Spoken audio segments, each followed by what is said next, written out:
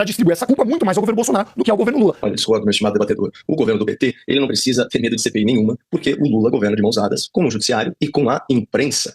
Lula e os seus aliados, eles são poupados tanto nos tribunais quanto nos jornais. O senhor G. Dias, por exemplo, o ministro do Lula, aquele ministro do Lula que abriu as portas do Palácio do Planalto para os manifestantes, para os vândalos do 8 de janeiro, nunca foi importunado nem por magistrados, nem por jornalistas. Enquanto isso, tem assessor do ex-presidente Bolsonaro, que foi preso com provas forjadas, torturado na cadeia e que segue sem as suas liberdades até hoje, mesmo com a sua inocência provada. Tá? E ninguém questiona, ninguém pressiona, ninguém exige esclarecimentos, nem no judiciário, nem no noticiário.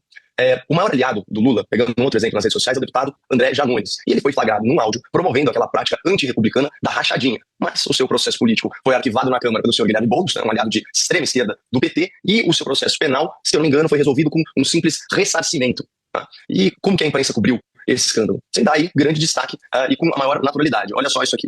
Portal G1. Tá? STF valida acordo em que Janones admite rachadinha e arca com multa para não ser processado. Janones admitiu formalmente a prática do crime, o parlamentar pagará R$80 mil à vista e o restante em 12 parcelas, fecha aspas. E aqui é preciso deixar bem claro que o pagamento foi em 12 vezes sem juros, porque nesse crediário do judiciário, os aliados do PT negociam a prazo, mas os inocentes da direita pagam antecipado. Tudo muito diferente de quando aquelas suspeitas de rachadinha recaíam sobre o gabinete do filho do ex-presidente Bolsonaro. Aí teve gritaria, processo penal, STF, cobertura na mídia, indignação nas redações, e a gente chama isso de duplo padrão. Mas seguindo, finalmente trazendo aqui para o tema em debate, como bem citou o doutor Guilherme, nós temos o caso do irmão do Lula da Silva, o senhor José da Silva, conhecido, vejam só, como Frei Chico.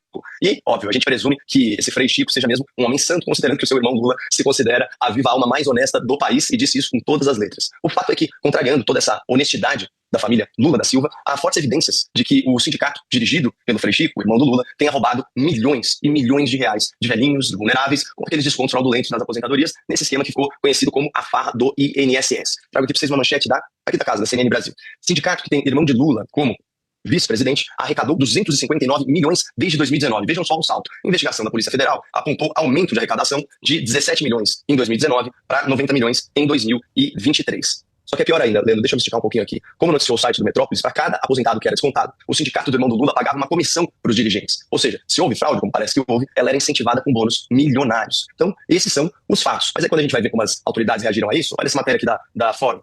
PF nega investigação contra o irmão de Lula e o seu sindicato. Manchete da CNN do Brasil. AGU exclui sindicato do irmão do Lula de bloqueio de recursos. Então, para dar uma amarrada e responder aqui a questão em debate, o governo Lula e os seus aliados, os seus parentes nos sindicatos, eles devem temer o impacto de uma CPI do INSS? Não, Leandro. O Lula não precisa ter medo, porque o Lula não corre risco nesse jogo. Ele é amigo de quem apita e ele é amigo de quem narra. O time adversário pode até se esforçar, mas o resultado final dessa partida está garantido, infelizmente.